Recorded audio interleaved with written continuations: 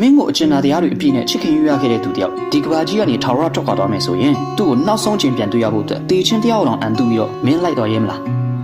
ဒီဇလန်တိုလေးထဲမှာတော့ဘင်္ဂန်လေးတစ်ကောင်ရဲ့ရိုးရှင်းပေမဲ့နက်ဆိုင်လုံးနဲ့တန်ရုံးစင်တွေကိုမြင်တွေ့ရမှာပါမြင်ကွင်းထဲမှာတော့ဘင်္ဂန်လေးကိုအေးဆက်ဆက်ကျိုးနေလေးတစ်ချောင်းနဲ့ခြံကျဲကြီးထဲမှာတင်းတင်းကြပ်ကြပ်ချီနှောင်ထားပါတယ်ဘီနာကတခြားကောင်တွေအစာလူစားနေချိန်မှာသူကတော့ဘာလို့မှစိတ်ဝင်စားသလိုရက်နေပြီးတော့သူ့တခင်လေးကိုပဲတတ်တတ်နေခဲ့တာပါအင်ရှင်ကအစာလာကျွေးတော့လေဘာလို့မှစိတ်ဝင်စားတဲ့အပြင်ဒေါသတကြီးနဲ့တောင်အော်ဟစ်လိုက်ပါသေးတယ်ဒါဟာသူ့ရဲ့မကျဉ်းနှံ့မှုနဲ့အန်တူးမှုပါပဲအတိတ်ကိုပြန်ကြည့်မယ်ဆိုရင်တော့ဒီဘဲငန်းလေးမှာကဘာပေါ်မှာအကျဉ်းနာဆုံးတခင်မလေးတယောက်ရှိခဲ့မှုပါတယ်ကောင်းမလေးဟာပြင်းထန်တဲ့ယောဂကိုခံစားနေရပြီမဲ့လည်းပဲနှွေးထွေးတဲ့အပြုံးလေးနဲ့ဘဲငန်းလေးကိုအစာလာကျွေးတတ်တယ်အဲ့ဒီအချိန်ကစပြီးတော့ဘဲငန်းလေးရဲ့အချစ်တွေတန်ရောစင်တွေအားလုံးကအဲ့ဒီကောင်းမလေးစီမှာပဲပုံအပ်ထားခဲ့တာပါဒါပေမဲ့ကံကြမ္မာရက်ဆက်ပါတယ်တနေ့မှာတော့သူ့ကိုအချစ်ဆုံးကောင်မလေးဟာရုတ်တရက်လဲကျသွားခဲ့ပြီးနောက်ထပ်ပြန်မနိုးလာတော့ပါဘူးကောင်မလေးထွက်တော့ကြတဲ့ကဘဲငန်းလေးဟာအတီးကျန်ဆန်တဲ့ခြံကြီးထဲမှာအချီနှောင်ခံခဲ့ရပါတယ်သူလုံနိုင်တာဆိုလို့ကောင်မလေးရဲ့ခေါင်းစည်းကျိုးနီလေးကိုလေဘေးမှာချီထားပြီးတော့ညဘက်မှာလှမင်းကြီးကိုငီးကြည့်ရင်အတန်တိတ်လွမ်းဆွနေုံပါပဲဒီလိုနဲ့တနေ့မှာတော့အင်ရှိကနေကြောင်းကားတစ်စီးဖြတ်သွားချိန်မှာဘဲငန်းလေးဟာရုတ်တရက်တတိလွတ်သွားခဲ့ပါတယ်ကားပေါ်မှာသူ့တခင်မလေးရှိနေတယ်လို့ထင်အောင်ထင်မှားဖြစ်သွားခဲ့တာပါ